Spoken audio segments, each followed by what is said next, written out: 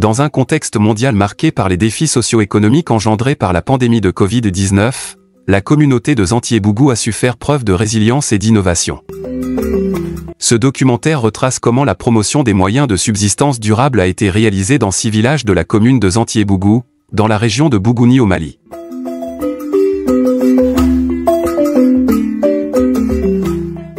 Ce projet, implémenté pendant 2 ans au profit de 12 groupements GIE de femmes et d'hommes, visait à atténuer les impacts de la crise multidimensionnelle au Mali, tout en intégrant les principes d'égalité des sexes et de protection des droits de l'enfant. L'objectif principal était de contribuer à renforcer la résilience et l'exercice des droits des populations vulnérables de la région de Bougouni, face à l'insécurité alimentaire et aux effets néfastes des chocs climatiques. Avant l'implémentation de ce projet, notre communauté faisait face à des problèmes graves d'insécurité alimentaire. Les familles avaient du mal à s'assurer une alimentation adéquate, et cela affectait particulièrement nos enfants. Aujourd'hui, grâce aux initiatives mises en place, nous avons pu améliorer la qualité de la nourriture que nous consommons. Nos enfants sont bien nourris, ce qui a contribué à leur santé et à leur bien-être général. Les bénéficiaires du projet ont eu l'opportunité de participer à de nombreuses sessions de formation, telles que les techniques de gestion intégrée de la fertilisation des sols, les techniques de microdose et la redynamisation des coopératives. Grâce à ces sessions, j'ai acquis des compétences précieuses en gestion intégrée de la fertilisation des sols, ce qui m'a permis d'optimiser mes pratiques agricoles. La technique de microdose a particulièrement transformé ma façon de cultiver, me permettant d'augmenter mes rendements tout en préservant l'environnement. Après tant de formation, le projet nous a aidés avec des semences améliorées de sorgho, de mil et de riz que nous avons utilisées. Maintenant, nous nous sommes procurés de nouvelles semences et cela nous a apporté beaucoup. Dans le village de Falaba et de Korosso, 2 banques de céréales sont opérationnelles, ce qui facilite la bonne gestion de la production et disposant de réserves alimentaires dans les 6 villages. Depuis que nous avons mis en place le système de varantage dans notre village grâce au projet, nos vies ont considérablement changé. Avant, notre communauté traversait souvent des périodes difficiles après la récolte, lorsque les réserves alimentaires s'amenuisaient et que les prix des céréales augmentaient. Avec la banque de céréales, nous pouvons désormais stocker une partie de notre production dans de bonnes conditions.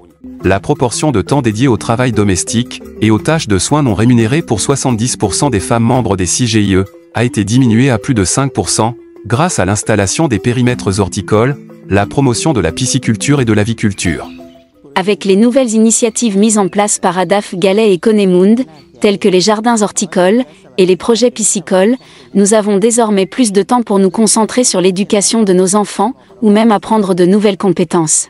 Il n'y a pas de femmes dans notre village qui ne possèdent pas de poules à cause de l'engouement de l'aviculture que ce poulailler scolaire nous a donné. Vraiment, ça nous a éveillés, parce qu'aujourd'hui certains viennent acheter les œufs de Vassatche pour les faire éclore avec des couveuses en banco ou avec leurs poules locales.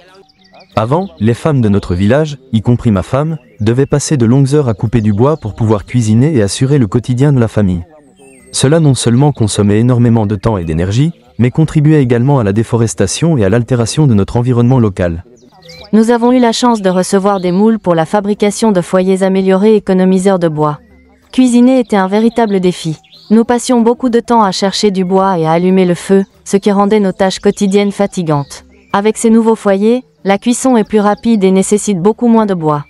Dans les villages de Fala, Korosso, Sidio et Falaba, le projet a également redynamisé les organisations féminines par la formation et à l'introduction des techniques de production et de transformation des produits forestiers non ligneux.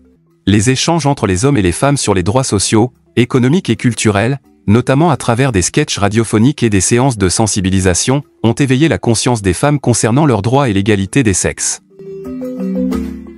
Au niveau de 6 écoles, plus de 507 enfants élèves ont été sensibilisés au changement climatique et à la protection de l'environnement. À travers des activités de sensibilisation, 5 techniques de conservation de l'environnement ont été introduites.